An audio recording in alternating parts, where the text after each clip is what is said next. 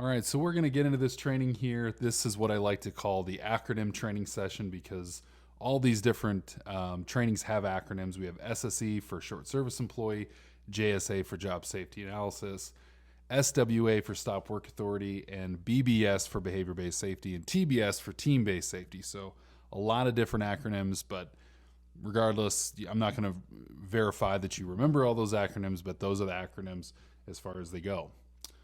So starting with short service employees. Before we get into the program elements of a short service employee program, I really want to talk about the intent of it. And there's really two sides where companies, employers can fail. One is if we hire someone, don't give them the tools and the equipment they need to be successful and send them to the field without training, without orientation, without really ensuring they know how to do the job correctly. That can really come back to bite a company. A lot of accidents I've been on, that's been a root cause where somebody has been in a situation they really shouldn't have been in, that they were put in because the company needed the job done or they wanted to show good faith to their customers. So they sent someone out on a job that wasn't competent to do that job. And then the other side is maybe that employee has been trained and then chose not to follow up with what he'd been trained on. So, it'll be like a government interview on C-SPAN where the guy's like, yeah, I don't recall, and I don't know if that happened. I don't remember that conversation. And we want to get rid of those two possibilities, right? One where someone's ill-equipped to do the job. Second is where they have been equipped but aren't really following through with that with the tools they've been given. So the short service employee, the intent of it is to really have a process from taking a guy or gal from brand new to being successful and having a step-by-step guide to get you there. So that's the importance, or that's really the intent of it. Now, the way that's accomplished will be different based on the company you work for, right? If you have a strong supervisory, if you have like 3 supervisors for every employee, that's probably pretty easy to achieve. If you're a company with 1 supervisor for every 30 employees, this can be a little bit more challenging. So I want to give any supervisors out there, company owners that are watching this training or listening to me online that, hey, the way we do this doesn't have to be cookie cutter. We can kind of change this program to fit our needs and the way that we operate as a company to make sure that it really it's effective, right? If we just have and this goes for all health and safety programs, if we just have a paper tiger, something that looks really good on the shelf or in the manual, that's completely useless, not just to the company, but to the guys that are working there. So with any safety program, and this program included, I want to make sure we're evaluating whether or not it's effective. And so let's talk about the effectiveness of a short service employee program. So some of the elements are, we need to make sure that we have a way to identify them. Usually this is done by a green hat or an orange hat.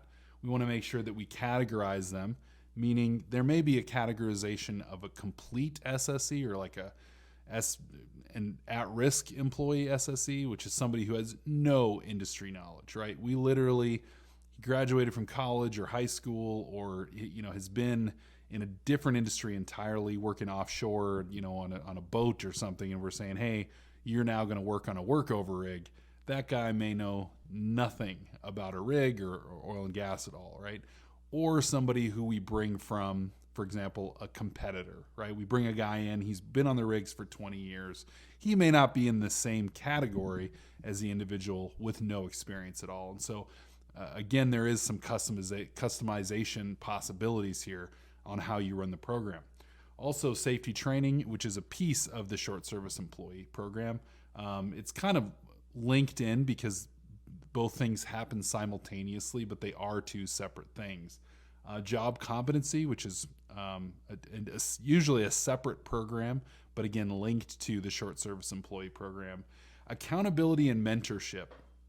This is specific to the short service employee program. And again, depending on your supervisor's knowledge, their level of training, the number of supervisors you have, this is going to look different from company to company. And then lastly, metrics and success. How do we document? How do we track? How do we make sure it gets done?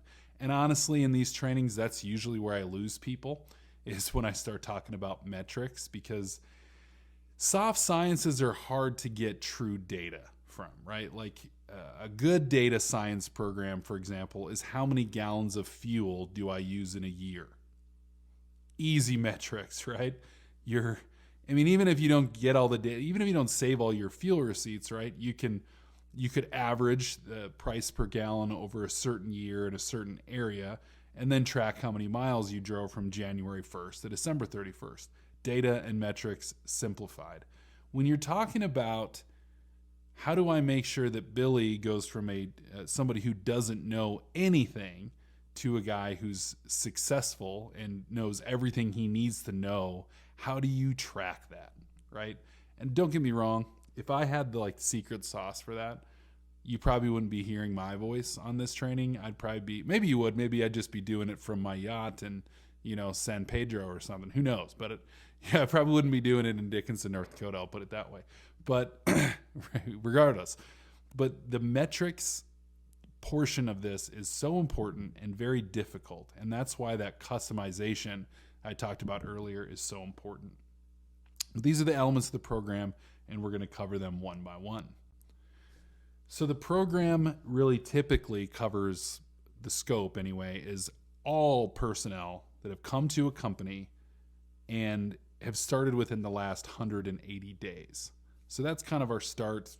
New hire is when they start, whenever that day is, up to 6 months. Some companies it's 90 days, but usually now it's kind of, moved to 6 months, which is fair. 3 months is a little bit short. Now I will say that again, with the categorization, maybe it is 90 days if the guy has, a lot of experience. But the problem with somebody coming to a company and saying they have a lot of experience is also difficult, because what experience means to one person may be something different.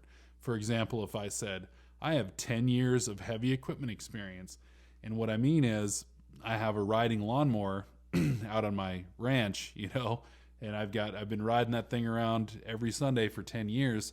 That's a little different than having built, highways and interstates across the country.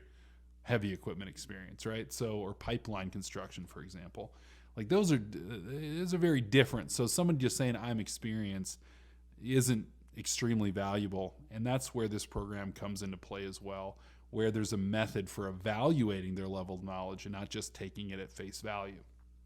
Lastly, we want to make sure that the new employees receive additional attention, additional supervision, that we're watching out for them, that they're being, really watched out for on a daily basis, especially when they're in dangerous situations. So as I mentioned earlier, these SSEs are typically people that have been hired between 90 and 180 days.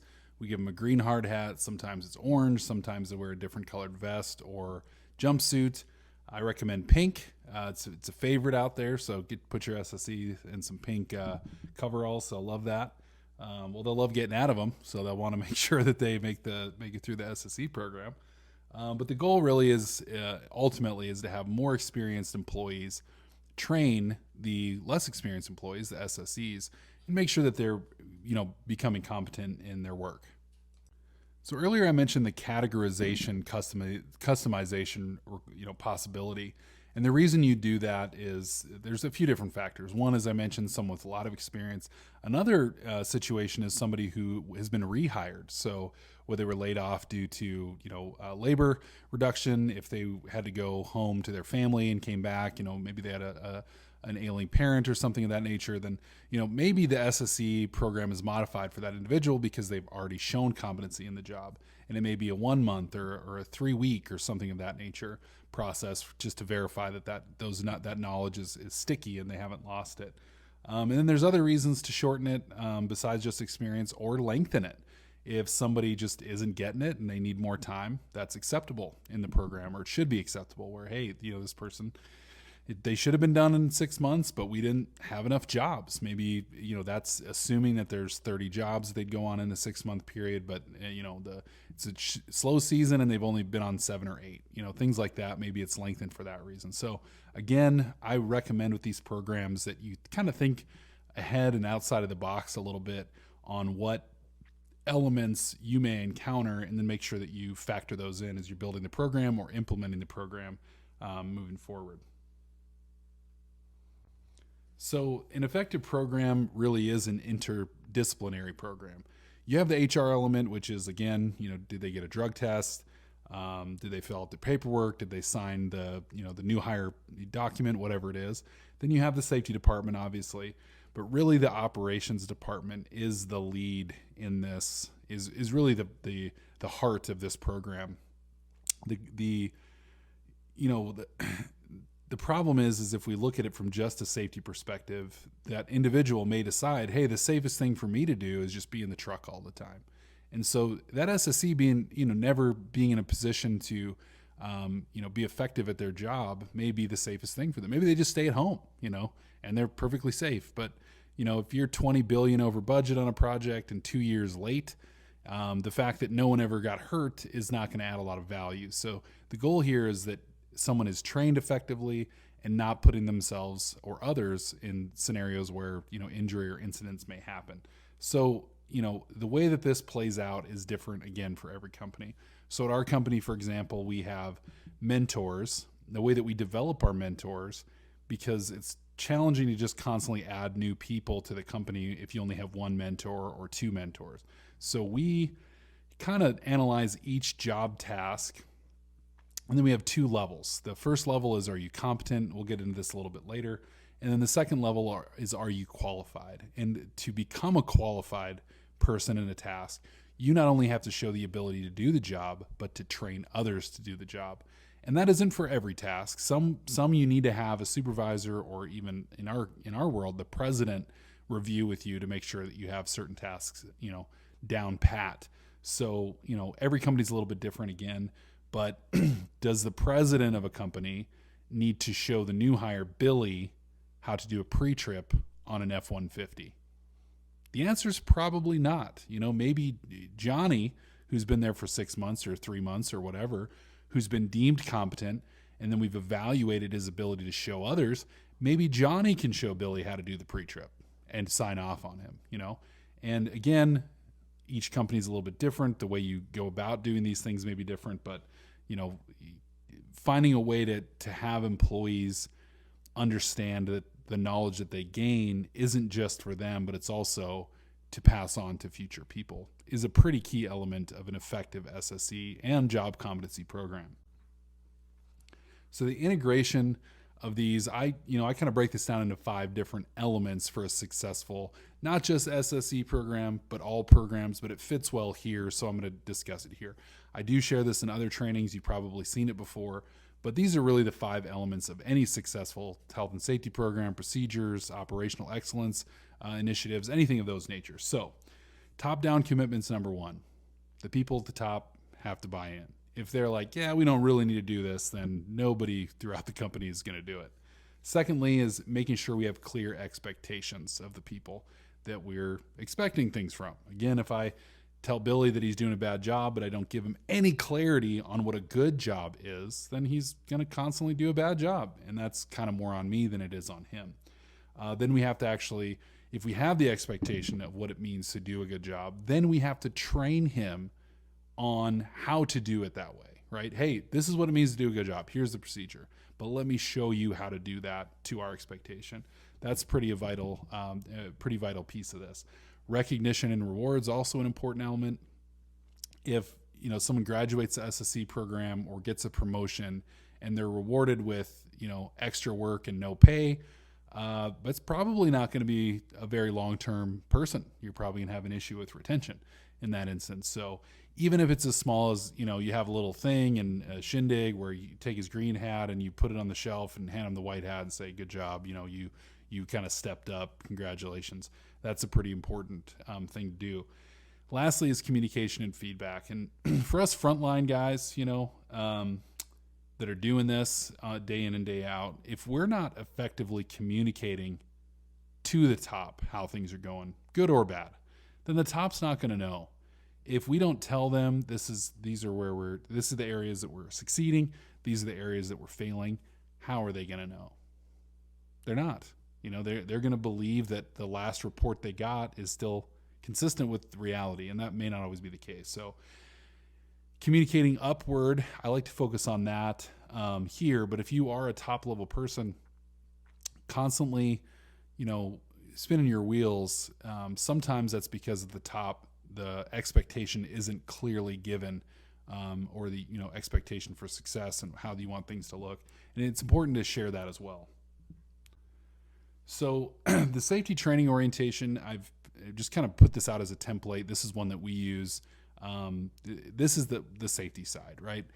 No matter what company you're in or you work for, these are things you have to cover before you're considered orientated, right? So, for example, how to report an accident, who to call, who's your first call, obviously after 911, like who do you call within the company and when do you call? Is it right away? Is it within 24 hours? Is it before the end of the shift?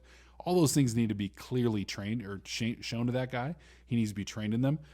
And then he needs to be signed off that he knows those things, right? Walking, working surfaces, one basin, one way training, H2S clear training. These are just basic, again, this is just a guide here that we use. It's very basic. These are things that everybody needs to go through. That's the SSE safety training portion, which is just one part of the SSE program. Again, this is an interdisciplinary deal here, but this is just the safety portion. The competency program is really where the rubber meets the road. Again, because if the whole goal is to not get Billy hurt, then Billy should just stay home. That's how Billy never gets hurt, When we look at success of an individual and to get them to the point where they're a model employee, the kind of guy that everyone can rely on and is excellent at his work, we need to bring him up to speed as quickly as he is capable. And that's really the goal of a successful competency program, is to allow him to excel at a pace that is equal to his aptitude. Now, for some people, that's extremely quick. We've had guys in a 6-month program that have just knocked it out of the park within 2 months, right? That doesn't mean they're necessarily graduated yet. We have kind of a hardline 6-month process, but they're ready to go so that when that 6 months hits, they may be in a lead position rather than just, completing the SSE stuff.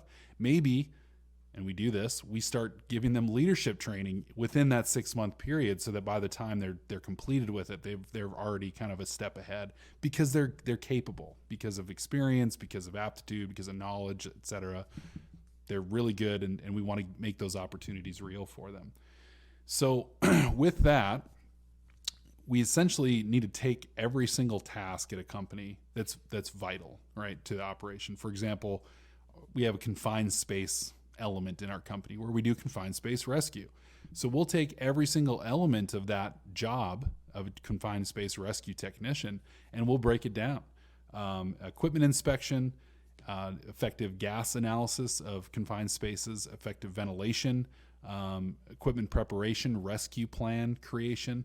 These sorts of things, like I can't just send a guy out there on the job and be like, yeah, figure it out. If that guy falls or goes out in this confined space, you better figure out in the moment how to get him out of there. I'm not setting that individual up for success. So we're not going to go down to the nuts and bolts, right? Like, do you know how to tie your shoes? Let's verify it and sign you off. You can go over the top. I don't recommend that. It should be actual tasks that are relative and important to the job. You break those down, and then they're evaluated on each of those job tasks for capability, first of all, and then again for their ability to train others to do that. So the way we've broken ours down is into core tasks and cap or additional tasks that they may perform as a part of their job if they're working in a different division, for example. The supervisor or trainer will sign off on their knowledge base that they're competent. And then again, the advanced side is, can they train someone else? That's important. Now that's again a customization that we've done. You don't have to do it. It's not required. I recommend it because then you create more mentors within your company.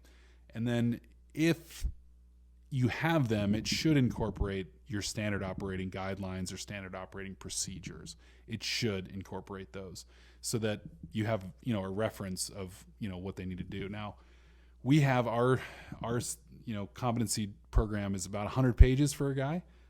If he's looking to do 3 or 4 different positions, then you're talking 3 or 4 different 100-page competency programs. But a lot of our core tasks are the same. So really it's about 50 pages per position, realistically. So probably no one wants to come work for Basin now, but I tell you what, at Basin Safety, we've seen a lot of value in it. It gives the individuals working for us confidence that they know what they're supposed to know, and there's nothing out there where they're like, I don't know if I'm supposed to do this or if this is right. Again, it gives them that comfort level that they understand what they're supposed to be knowing. So each task should have some sort of deadline, whether it's just a standard 6 months. Is it maybe some things are a year? Maybe some things are within the first month. Like, you need to know how to do a pre-trip if you're driving for us within your first month. That's like absolutely necessary. Supervisors should have actively engaged or assigned to personnel's training.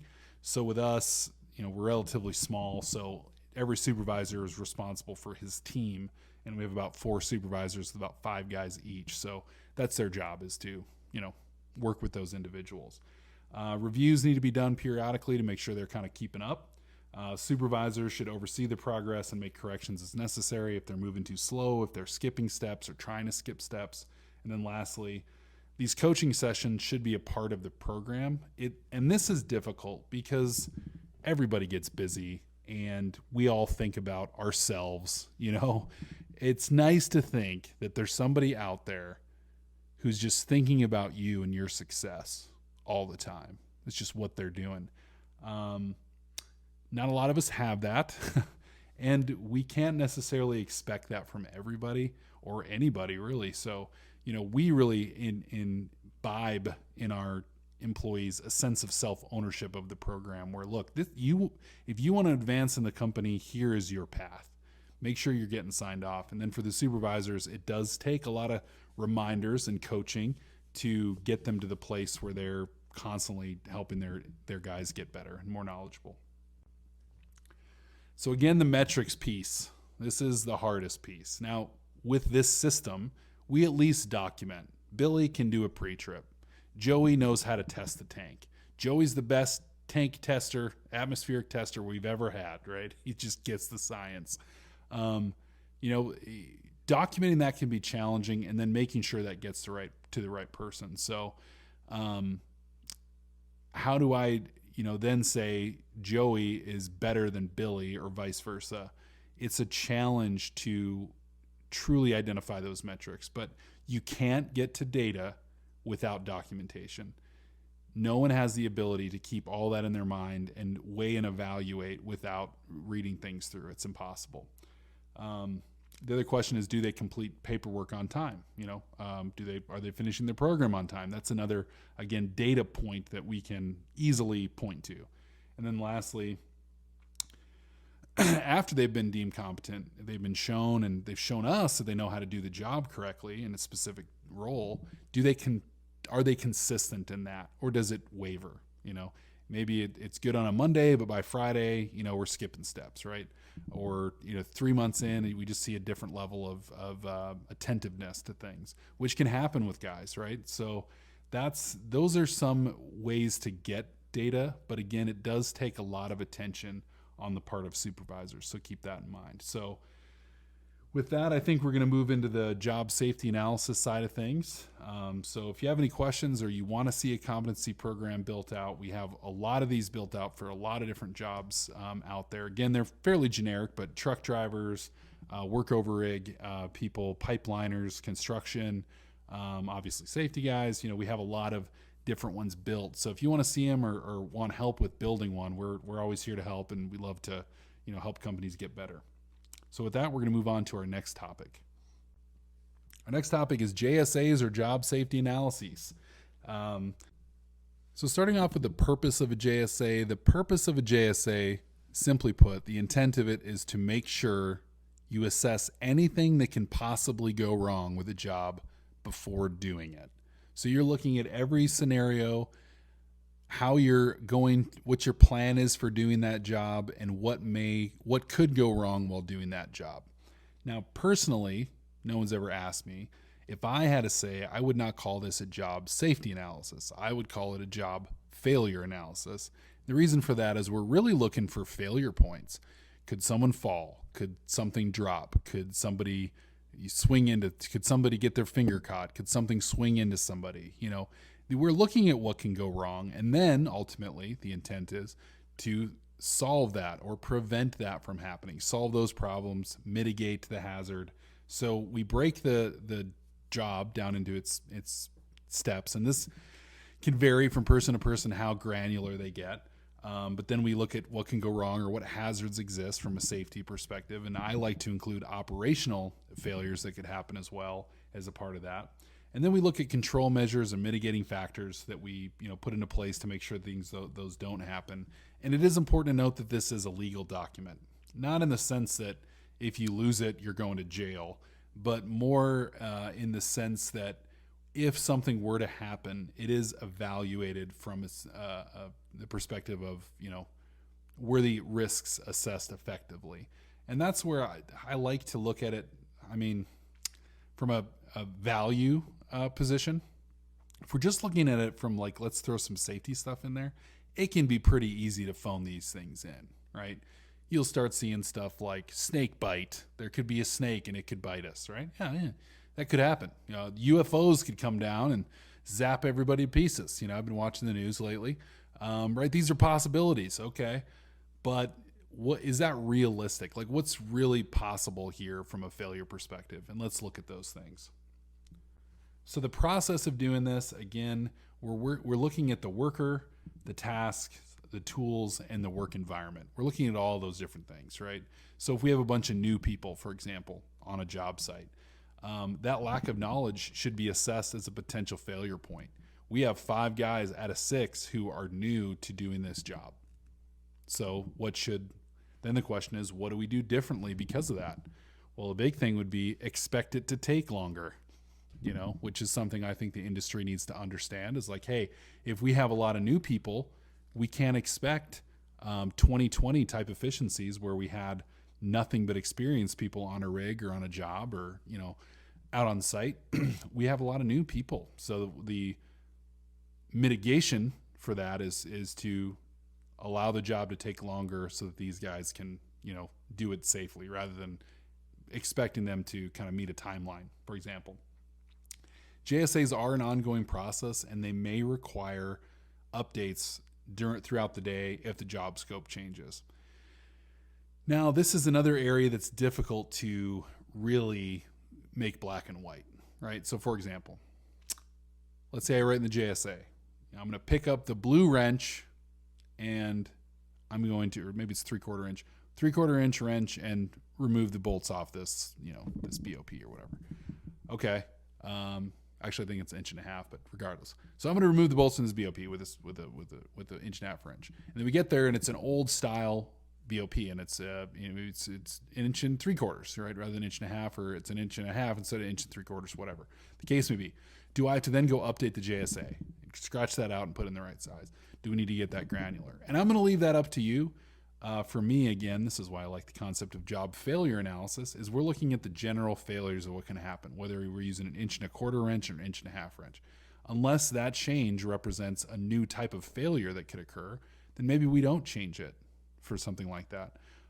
But let's say another hypothetical scenario, we're going to remove this BOP and we're going to bolt the well back up, right?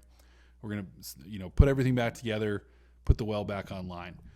Okay, but let's say halfway through, or as we're going to do that, we get a call and there's an emergency down the road and we have to go to this new job. Change the situation. Does that require an updated JSA? And that's really where, yes, absolutely. We're doing something different than we originally intended to do. Let's look at doing a different JSA. Now, and there's a lot of gray area in there,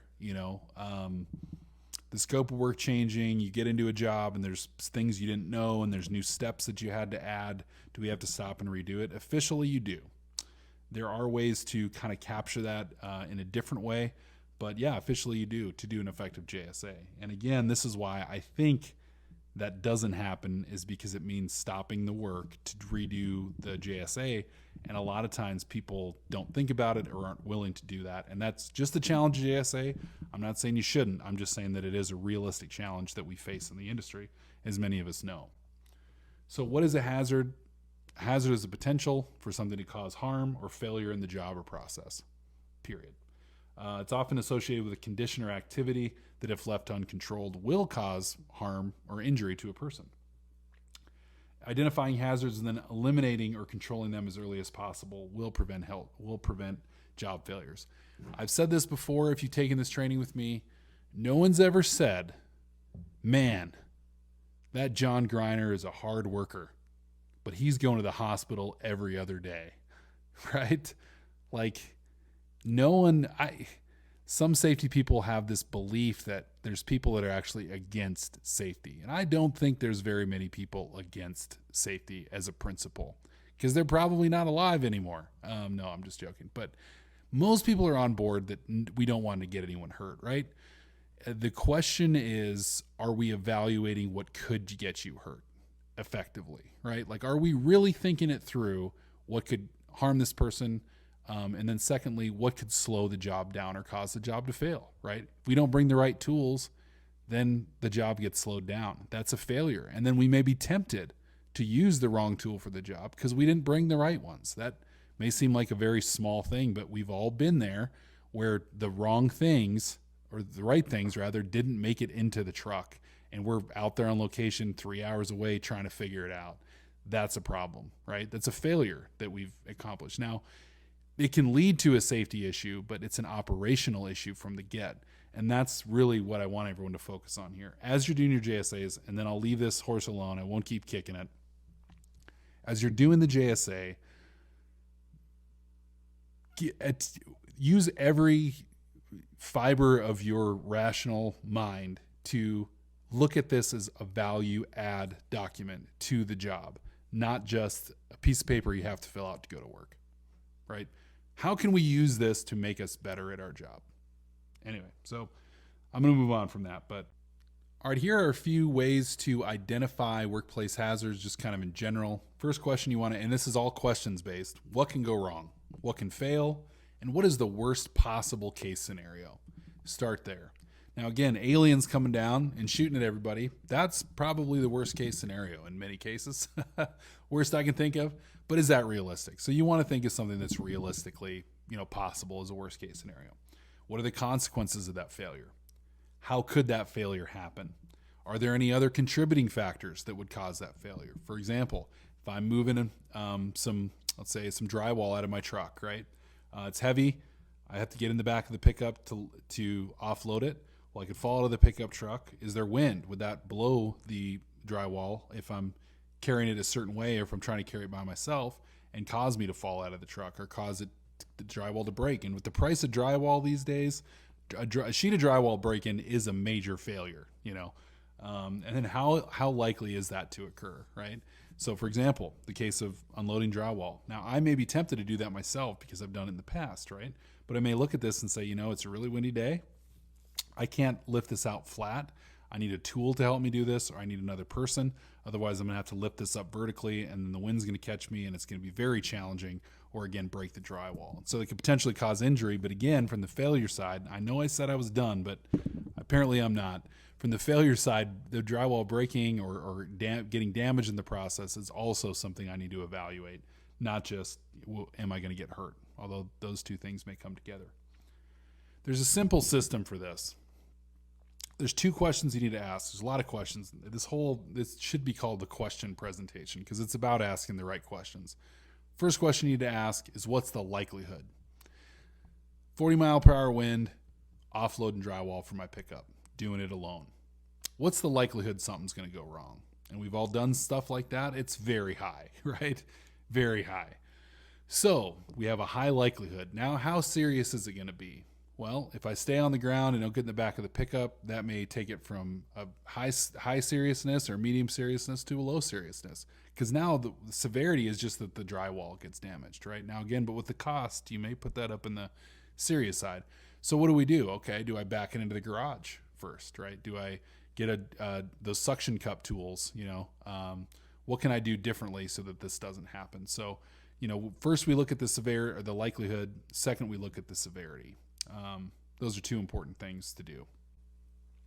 So the task prioritization with this really has to do with, risk-based tasks or things that can fail that would cause the job to be suspended or someone to be injured, etc. So we want to start with the highest likelihood and highest severity items first, right? Looking at those to really deep dive into. Jobs with potential to cause severe disabling injuries or illness, even if there's no history of previous accidents within our company. Jobs in which one simple human error could lead to a severe accident or injury, that needs to be a high priority, right? Like if one thing's different here, this is going to fall and break and crash and burn or slip and fall on someone, whatever, some serious thing. If one small error, if there's a low margin of error situation, those need to be evaluated pretty thoroughly. If jobs are new to an operation, a company, a division, or a person, we need to be paying attention to those a lot. So if you're new to the industry, if you're listening to this training and you're like, I'm pretty new, that's okay when it comes to risk. You're actually a fantastic person to be looking at this and saying, hey, what could possibly go wrong? Let me ask a lot of questions to make sure I understand the scenario. And then jobs that are complex enough to require standard operating procedures or standard operating guidelines or instructions at all. So a couple slides ago, we talked about two basic questions to ask. One is, how likely is an event to happen? And if it were to happen, how serious would that event be? What's the severity of that event? So here's another way to look at that data or that set of questions in a more formal manner. They call this the risk matrix, the 5x5. It has different names, but essentially it's the likelihood and severity broken down into different levels. And for example, in this scenario, if we have a very likely possibility of a severe event occurring, that puts us in the high category or the upper right. And conversely, if we have a negligible likelihood or negligible severity in a very unlikely scenario, then that would be in the very low category. So this is one way to look at it. This is typically more formal. Companies will do this when they're assessing, a set of tasks or a specific type of job where you can formally identify, the risk nature. And they'll even put numbers to these, very unlikely being 1, and then up in the top, that'll be a 25, right? So you can score it that way. And then there's additional things you can add in there, such as previous incidents. For example, if we say we're unloading a truck, right? Well, likelihood of an event happening, probably pretty minimal, but if something were to happen to be serious, but lo and behold, we've had 3 incidents in the past year of people unloading trucks, hurting their back or slipping and falling, etc. Then that may jack that number up because we're increasing the likelihood based on what we know to be true. So the goal there is, if we identify, let's say, unloading a truck as a potentially risky, activity, what we would do is we determine, okay, did they have enough people to unload the truck? Is that why a back was hurt? Because somebody was trying to lift more than they should? Was their posture a certain way? Did they not stretch first? Did they not use lifting equipment? Could a forklift been used, etc.? And those are all tools and equipment we're going to use or methods, really strategies we're going to use to eliminate the likelihood of an incident happening based on known risk factors or things that we know would increase risk. We can also change the way we do it, where we do it. Did we unload it in the mud? Did we unload it in the shop where we have a concrete floor, for example? Things of that nature really put it into context as far as the formal process of minimizing risk. Then additional things like, do we add fans and ventilation? Would additional lighting be helpful? Do we need gas detection in these instances? Do we need fall protection? What equipment do we need to make the task safer? All right, so we can go through all those steps and strategies kind of mentally or in conversation with the crew, saying, hey, what do we have here? What's the likelihood of a failure? What can we do to minimize that? And then we want to go about documenting it in a JSA. So I know we've talked a lot about the JSA, but now we're actually going to walk through one, a generic type of JSA. If you've seen this training before, some of it may be similar. I have changed it a little bit here just, for the entrance of shaking things up a bit.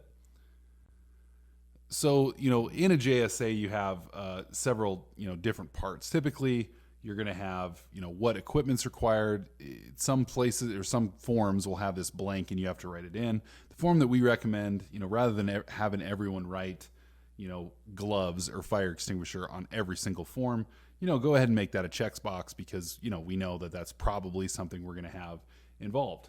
Same thing with some general hazards such as lifting hazards, ice, snow, mud, fall hazards, fire hazards, things of that nature. You can have those check boxes. You don't have to. It really depends on, the company. Then we're going to have the, and this is tough because again, people can phone this in and kind of pencil whip it, as we like to say in the industry, where you just write down any generic thing or the thing that you wrote down yesterday. So the way to get around that, or if you're looking for ways to freshen up your JSA, process, the talks, the toolbox talks, tailgate meetings, whatever you call them. Again, I recommend using kind of a process failure analysis. What can go wrong while doing this job, right? So we want to be specific. What are we doing? And what can go wrong while we're doing that? So for example, here's just the first column of that 3-column, JSA. So the first thing is, we want to number the job steps. Some people do that, some people don't. I recommend it. That way, as you're documenting things, if something's out of order, you can quickly, order it differently rather than having to erase it or start over. And you don't have to be perfect as you're developing the form or filling it out. You can kind of, look at it at the end from the overall perspective and see what the best way to do it is. So you want to number it really more than 5 or 6 steps in a task. A JSA may not be sufficient. If we're doing a 35-step JSA, we may want to look at building a procedure, such as a standard operating procedure or guideline, if it's that complicated of a task. And then lastly, we want to group similar tasks to eliminate repeat of hazards. For example, lifting a pump and lifting a skid, right? We could say lifting pump / lifting skid, right? If the hazards are going to be similar. And maybe we put a little asterisk by the lifting a skid, and then in the subsequent columns, we put an asterisk by something that may be specific. As lifting things is pretty standard, as far as hazards go, especially if we're using the same type of lifting equipment. May change if you're using manual lifting versus using a crane or a gantry crane on a truck. And again, this is why it's important to look at this with a fresh set of eyes, and each scenario is going to be different. So then we're going to look at hazards, again, potential failures. You see that I have that written in here. Is there if we're going to be lifting a skid, if we're going to do it manually, you look around, you got a bunch of guys who are in their late 40s with, multiple, back surgeries. Maybe lifting that skid by hand isn't the best way to do it in this scenario. And even if they're younger and strong, we don't want them to be the 45-year-old guy with the multiple back injuries, and surgeries in the past, right? So what can we do to minimize that as a possibility? A cut, tripping over something flying into us, we're grinding or sanding something, anything, walking, generally you could put, traveling around location, and that could cover the entire day. What might you encounter? Well, we got a lot of loose scoria, there's a lot of mud, there's some ice over there in the corner, whatever it is, identifying those things and make sure that the hazards are specific to the task that you're referencing. Lastly, we have the elimination and control section, which is what we're going to do to prevent that. So for example, we're going to be walking all over location today. We're picking stuff up and cleaning it up before we turn it online. Okay, great. What can go wrong? What could fail? Well, if someone trips and falls, we would consider that a failure. If somebody lifts something that's too heavy for them by themselves and hurts themselves, that would be considered a failure. And in addition, they would hurt themselves. So kind of a double failure there. So elimination is removal of a hazard completely. A control is something we're doing to live with that hazard. And elimination is always kind of the main goal here. How do we completely remove the possibility of somebody getting hurt doing this task or the possibility of a failure? For example, and I love this example, I used to show a photo in here of a guy, climbing 2 ladders. It looks like he's climbing 2 ladders. He's straddling them. He's 20 feet in the air, straddling 2 ladders, carrying something. And, the question I always ask is, how do we eliminate the hazard? These 2 ladders being 20 feet in the air. And the answer usually comes up. You need an aerial lift. You need a man lift of some sort so that the guy doesn't have to climb 2 ladders to have stability while he's installing this piece of fascia in the case of the photo. And that's the reality. Like getting an aerial lift completely eliminates the hazards or the potential for a fall. And that's really the goal versus saying, just make sure the ladders are really secure on the ground, And sometimes the ladder is the only option, right? So it's not a perfect science. But, and remember, PPE is not a control. A lot of times I'll see that over here. What do you do to make sure you don't, hurt yourself? Wear gloves. Well, that's not a control. That's a protective measure. A control is, make sure that there's nothing to cut you that you're, working with. So I put this in here as an optional thing that we've done on the backside of our JSAs as a daily debrief or a review portion. So what I recommend doing, adding 5 minutes to your day. And I know a safety guy doesn't love anything more than adding time to people's day and more paperwork, right? So I've definitely got some pushback on this in my career. I probably will continue to get pushback. But let me tell you, when we have implemented this small feature, this checkbox, nearly all checkbox and numbering system of a review, we've seen drastic improvements in results. So step number one, as you're doing your review, you want to talk about anything that changed from the plan at the beginning of the day. As I mentioned earlier, sometimes it can be challenging to stop and redirect every time something changes in the work scope, right? So that may be something that we address here for tomorrow. So at the end of the day today, we said, hey, we're going to unload the truck, then we're going to move the skid steer over to this area, and we're going to clean up all this rock, right? Well, we get there and there's no safe place to unload the truck on location. Or we believe, after we did the JSA, we realized that it's all unlevel and muddy, and for whatever reason, it's just not safe to do it. So we have to take it to the lease road to unload it. Well, are we going to redo the JSA for that? Maybe. Maybe you would. Maybe you wouldn't. Let's say you wouldn't, right?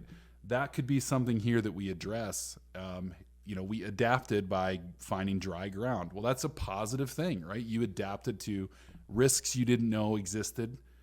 You didn't have a crystal ball at the beginning of the day, so you adapted and changed that. Now, tomorrow when you come, before you even do the JSA, somebody should probably do a quick walk around and say, hey, we still can't unload this thing before we drive all over the location trying to find a non-soft spot, wasting 20 minutes.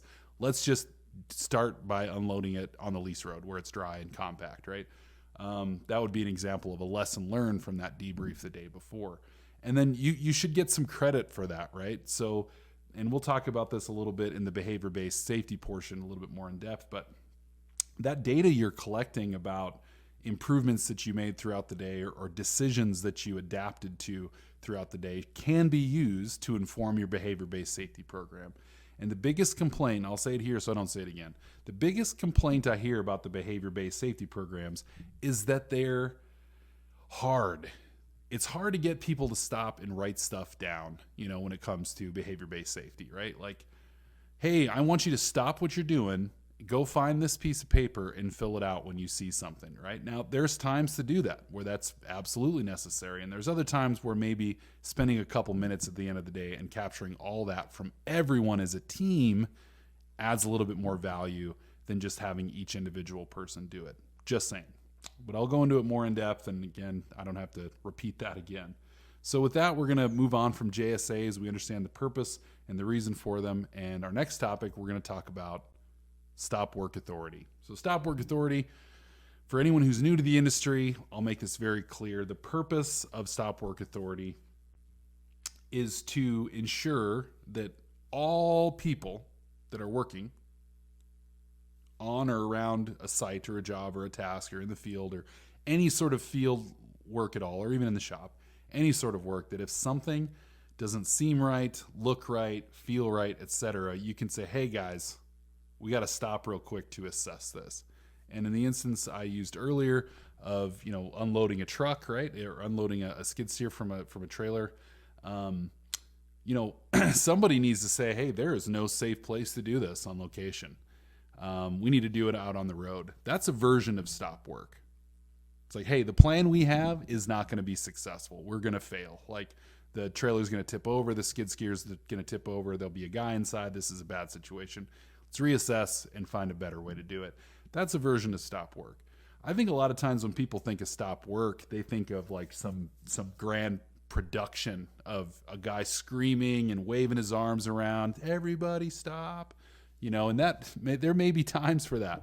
And there is times for that. But in general, our stop work is really just everyone having the right to say, hey, this plan is not effective. We need to stop and reassess before we move forward.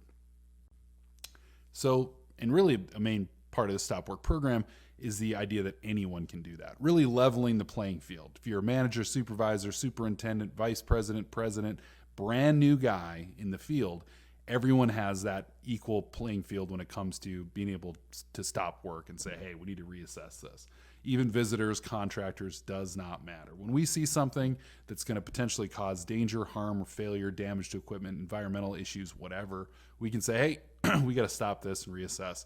And the giving people that authority and responsibility doesn't go out lightly, but sometimes I think it's taken lightly in the field. Like, yeah, we could stop the job, but do we really have that kind of leverage? Do we really have that kind of play? And that's important to accept. But the reality is that I've seen situations where people have been ostracized for stopping work.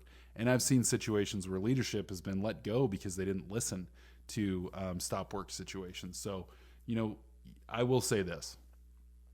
If you don't have a lot of clout in an organization, you're new or not that experienced or whatever, and you stop work, somebody might be annoyed with you. I cannot promise that no one is going to be annoyed, right? Or that they'll even listen necessarily. They should. They're supposed to. There's a bunch of regulation out there and company policies that say they absolutely have to. Doesn't always happen that way. But if you work for a company where stop work is not respected, right, where you say, hey, we got to stop this, this is dangerous, and everyone just kind of laughs you off, that may not be a place you want to stay at for very long. Because what if you're in the situation where you don't know something's dangerous and don't have the ability to evaluate it and aren't able to stop and something bad happens, right? Yes, you can point fingers, but at that point, somebody may be without fingers. So it's not a good situation to find yourself in. So in imminent danger situations, I want to define that real quick, is really anything where we know something, is going to cause damage or injury to somebody. And it's important that everybody understand, everyone listening to this training, to know that you have the right, responsibility, and authority to stop the job. And that responsibility piece, again, even saying this, it's like, man, you have the responsibility to stop the job. You can't just say, oh, I didn't know. I looked kind of fishy to me, but I'm not the boss. That's not an excuse. Like, you have the responsibility. Something doesn't look right, shut it down. That's just the direction that we need to go with it. Recently, I was in a situation, I received a video. There was an incident. A loader had backed into a pickup truck, right? The pickup truck had kind of driven, it was nighttime, snowing, visibility was low. The pickup had driven into this loader's path. He didn't know the loader was moving. The loader didn't know he had moved into his path and backs right into it. Boom, right? Obviously, work was stopped at that point. We have equipment damage, right? And now the question is what do we do with that? Do we just say, hey, yep, don't back into trucks anymore? Or is this more of a team meeting where everyone sits down and says, whoa, like, what happened here? How do we prevent this from happening again? We need to really take this stop work scenario into a very formal direction versus me pointing at a patch of ice and saying, hey, Billy, don't walk over there. It's icy. Maybe he started to walk towards the icy area and I redirected him. That may not be, getting everyone on a Teams call and flying people in from Denver. That may not be that kind of situation. So how do you stop work? And again, I think a lot of people think of that crazy person, running down the street, or running across location, screaming and yelling. That may not be the case. You do want to make it clear why you're stopping work, though. You don't just want to be like, stop work, and everyone has to figure out what you're talking about. You want to say there's an imminent danger. Look, this is a serious thing. We need to stop. Then you want to describe what you're seeing. Now, you may be wrong. You may stop work and it's perfectly safe. And people will be annoyed with you, as I mentioned. I can't promise you they're not going to be annoyed with you. It can happen. If you're wrong, though, it would be better to have stopped and reassessed than to have moved forward and somebody got hurt, right? So if you're wrong, you might get some coaching, you might get some training. No one wants to feel dumb, right? No one wants to say, hey, stop the job. And then they're like, oh, Billy, you're kind of dumb for doing that, right? No one wants to feel that way. But I promise you, in those scenarios, doing it in a respectful manner, in a way that doesn't, put someone at risk, is always going to be in your best interest. And again, you have that responsibility. So examples of a stop work order, hey, stop, hey, you should really have a harness on up there at, 10 feet in the air. This excavation, it's more than 4 feet. Guys in there, we need to put some shoring up. Hey, Billy, you can't be smoking next to the wellhead, right? Um, this stuff isn't locked out. We're about to weld on it. We need to change this up. These are serious, imminent situations, right? Where everyone can kind of agree those are bad situations. So those would be an example of doing it. And after stop work's been issued, like I said, there's a formal process. Sometimes, if someone doesn't stop working, what do you do then? Which is a good question. If you tell people to stop work and they don't, you want to kind of go above their head on that one, right? You don't just want to stop and be like, well, I guess Billy's going to die and I guess we're all okay with that. That's not okay. You may need to go above their head and, kind of escalate that situation. It's not fortunate, but that's kind of what we want to do. It's what we need to do. It's what we're responsible to do. So in a lot of cases, as I mentioned, stop works are going to be informal. So let's take the loader in the truck, for example. Let's say I'd have been standing right there. You would have been standing right there. And you see this loader backing up into a truck or a person that's getting out of that truck. You may need to jump up and slap the window and, really, that's not really safe or capable. Throw a rock, whatever it is, at this loader to get him to stop. Do something, extreme to get the work stopped to save a life, right? In those instances, that's a serious stop work. And then that situation is going to be escalated. Most scenarios, though, are the one that I mentioned, like the gentleman walking towards the ice, right? It may just be like, hey, that's, don't be walking over there, man. That's really icy. We know it's icy. It's sloped. You're going to fall. We knew a guy that fell, whatever. You have information. That's going to be typically more informal. Now, and also in the instance of the loader, that may also be considered a near miss, right? I did a stop work and it's a near miss. Those two things may be one and the same. So when you restart work, depending, and I'm going to assume in this situation it's a formal stop work where like, hey, this was really bad or this could have been really bad. We need to make sure everyone's on the same page. We may want to do a new risk assessment, get everyone together again and talk about, hey, this situation could have happened. There may even be like a safety alert that we put out in those instances. So in all the, be aware of that, it's not just like, hey, Billy almost got ran over by the loader. Everybody back to work. There may need to be a discussion and something a little bit more formal than that. So we want to make sure that we're using this properly. I've heard people say, oh, everybody, people might just stop work for no reason. I've never seen that happen where someone's just stopping work left and right, except for safety guys. I've seen that actually. I can't say I've never heard of or seen that. Safety guys sometimes will incorrectly, observe a situation and stop the work. Doesn't look good for us, but still, again, it's a better scenario than someone potentially getting hurt. There can be, should not be, and will not be retribution for stop work situations. If you ever get in trouble for stopping work, get a hold of me and I will help you in that scenario, right? I will say this, that people have said they've gotten in trouble for stopping work and really they got in trouble for like being high on the job, but they try to say it was, or drunk on the job. Oh yeah, that's because I used stop work 2 months ago. No, Billy, you had a BAC of 0.42. That's why you got let go. So yes, can it be abused? Certainly. But if this ever happens and you need some help, some direction, guidance, advice, feel free to email me, give me a shout, find us at Basin Safety, ask for me, I will help you. All right, lastly here, and I'm going to keep this one relatively short, we have behavior-based safety. So the purpose of behavior-based safety is to identify undesirable work behaviors that could potentially lead to an incident or an accident. So we want to make sure that those types of behaviors are understood, seen, and then discussed to make sure that they don't persist. So some example of behaviors would be untidiness, failure to listen to instructions, not following standard procedures, being angry or emotional when you're getting coached or trained, rushing, lag in operations. These are behaviors, right? Like things that people do. A hazard is a little different. That's a physical thing that we know is a hazard. For example, we got tools everywhere, which is untidy, but that's the hazard, not the behavior. The behavior is people that are just not good at housekeeping. Improper or missing procedures, tools and equipment not working properly if we're not following the standard operating procedure. Poor work layout, plan, design, missing safety equipment, all these are hazards, not necessarily behaviors. A behavior led to that hazard, though, 9 times out of 10. So that's something to keep in mind. So this process really helps employers understand and employees understand how actions, decisions, performance, etc., impact the safety culture and the potential for people getting hurt. As I mentioned, how do you collect this data? That's a different story, but the JSA review process I discussed a few slides back is one easy way to do that, because then you're actually tying it to the job and not just some random report that you're sending.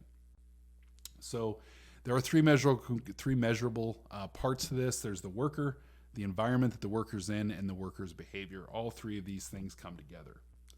So the person, when we're looking at them, we're looking at their physical capabilities, their experience, their training, their ability to follow instructions and receive coaching, as well as their willingness to adapt to changing roles with tasks, and just general things like, again, tidiness, tardiness,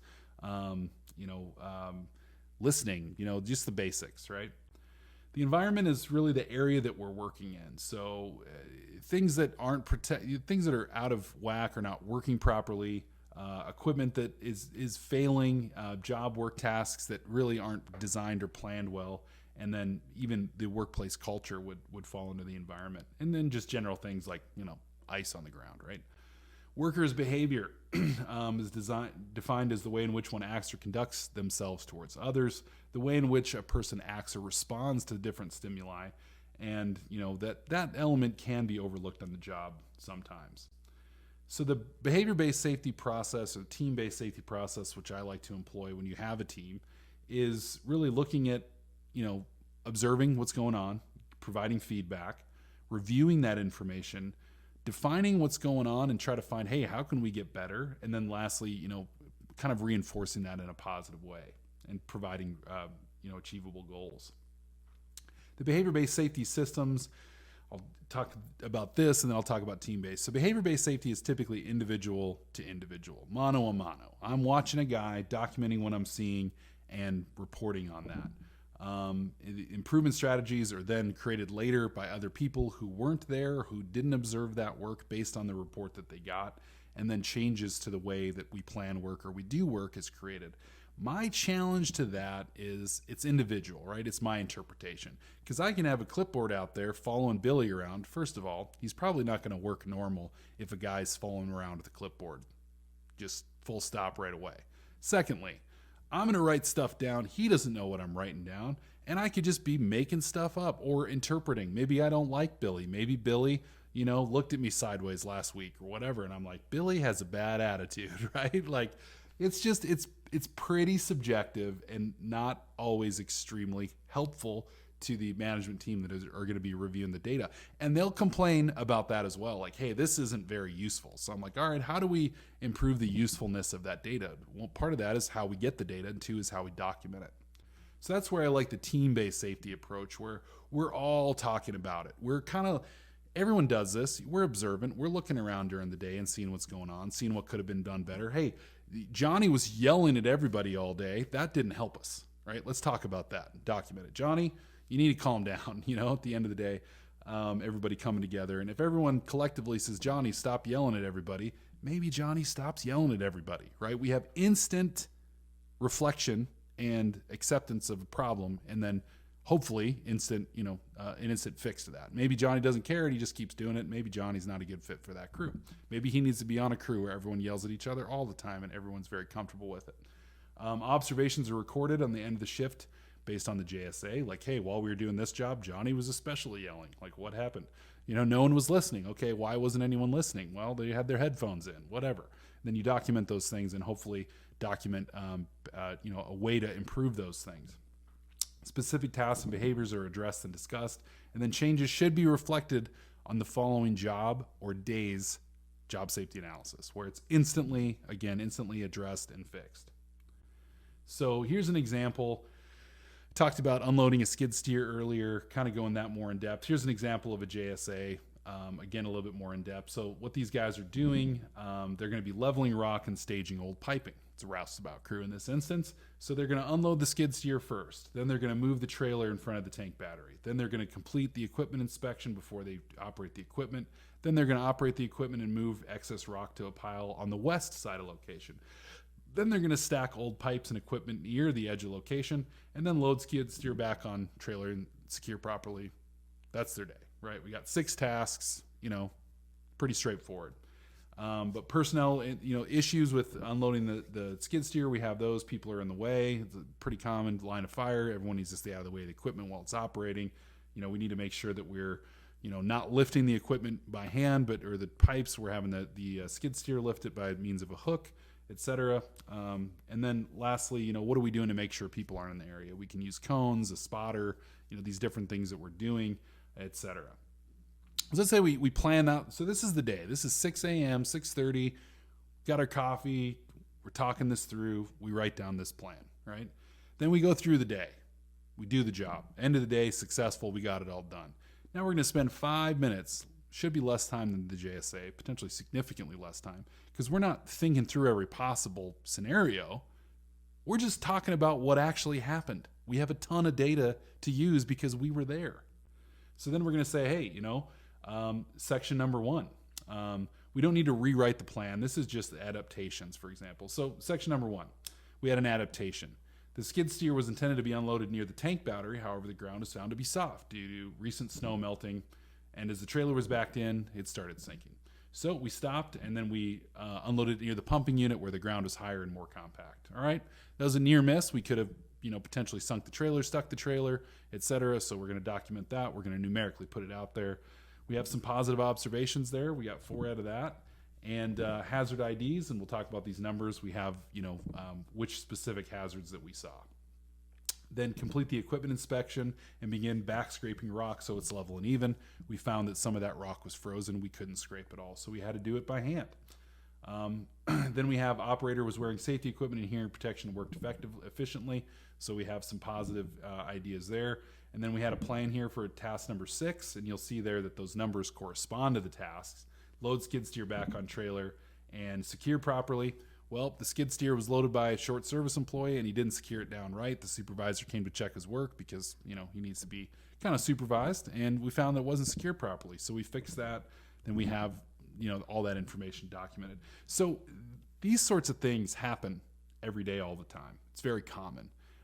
So we need to address that and say, hey, listen, we've got some scenarios where these things occurred, but they happen and then we lose them. The next day you'll come back and forget all about the rock that was, frozen in the ice. We're not going to think about that. Or the fact that Billy didn't secure the skid steer right. He probably wants to forget about it because he got his butt chewed, or, the guy, made him feel bad about it. Maybe he didn't even chew him out. Maybe he was not very nice about it, but he still felt bad because he didn't do a good job. Well, if we all talk about that at the end of the day, I promise you, as a team, we address it and say, hey, yeah, man, are you sure you know how to do this? I'll work with you more. Another guy steps up and volunteers, right? He will never rig a skid steer wrong again. And if he does, continues to do it, then we have to ask ourselves, is this the right guy to be rigging the skid steer? He obviously doesn't have the aptitude for it, right? So the idea here is that we're getting that behavior-based data rather than a guy on a clipboard following another guy around. We're getting it as a team while discussing the job that we did that day. So these numbers, again, in the system that we have numbers for potential, and you have options for other, but things like the positives, we have clear pinch points, prevention of leaks, wearing earplugs, we had efficiency issues, tool storage, use of gloves, etc. These are all positive things that we're going to do, and we're going to get credit for those. So, everything that we do, we should numerically document in the positive things that we see. The crew performance improvements and hazard IDs, these are lettered here. So we have A through T, it looks like, and Q, R, and S, and T are all others. And we had walking working services as P. We had one of those as an issue because of the mud. We had an efficiency issue because we didn't walk around first to check what was going on. The guy didn't understand the job as far as truly securing, rigging up that the skid steer. So we have a lack of understanding there. F, right? So then we document all these, and that's how we get our performance-based data or our behavior-based safety data. So if you struggle with this in the past, this is a way to successfully address those things and get behavior-based safety data and hopefully coach the team to success. All right, so we're getting a little bit closer to the end here. This is a longer one. We do have a lot of topics that we're covering. But so observation and feedback should be direct, measurable data on safe work practices. We should observe routine tasks, record both unsafe and safe work behavior that we see, and then again, provide that positive feedback or coaching to people that need it. Then we're going to review that data.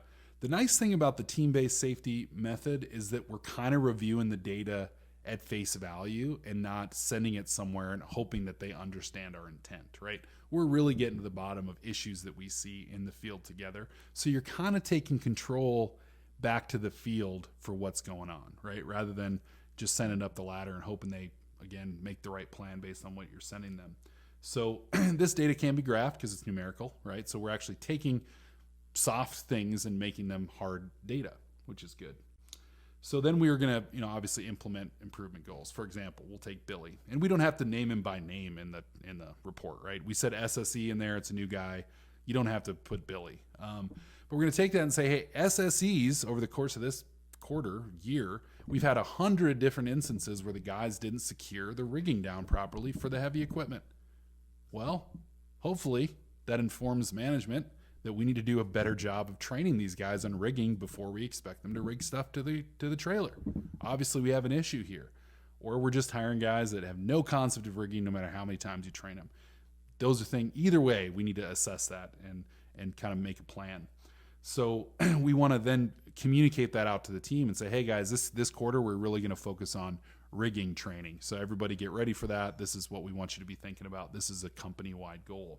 And this should reflect that data again from the data that we get in the field. And so that's going to reinforcement. We want the management to provide feedback, give their ideas, rewards are an effective way to reinforce safe behavior. And it's not always money. A lot of guys are like, we need to pay them. And yes, people like money and respond well to it, but paying people to not, back over people, I don't know. I don't know if that's sending the right message. It's like, what if we can't afford to pay you that anymore? Then we just start backing over people? No, it's not a direct, reflection of that reality. And then lastly, we want to encourage coworkers when safe behaviors are displayed and then lead by example. So the goal here is that implementing these different elements will create a workforce that's more efficient, productive, bring positive morale, profitability, and a safer workplace driven by data. If I, as a safety guy, come to your crew and say, hey guys, everybody be safe today, that's great. But no one was sitting around thinking, how can I be dangerous? And then when John, the safety guy, comes up and says, be safe, everyone's like, oh man, yeah, that's right. I was totally going to do some dangerous stuff, but now I'm going to be safe. No one is thinking that way. But if I come to the crew and I say, hey guys, listen, we've had 3 slips and falls of guys not wearing ice cleats on the ice. We've had a couple guys cut themselves on that tool right there. We've had some equipment that's not been rigged down properly. One piece of equipment almost fell off into the ditch. And we've got 3 trailers stuck in the mud when we're trying to offload equipment. We need to look at those specific things today to be safer. That's informing actual, giving actual data to help people be safe rather than just using the cliche catchphrase, everybody be safe, right?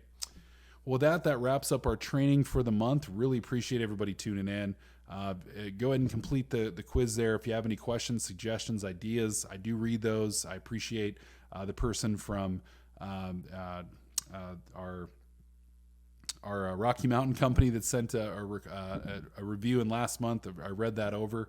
I really appreciate you doing that. So yeah, our next month we're going to be covering a new set of topics, be a little bit shorter. So again, thank you all, and everybody be safe. No, I'm just joking. Let's keep this safety going.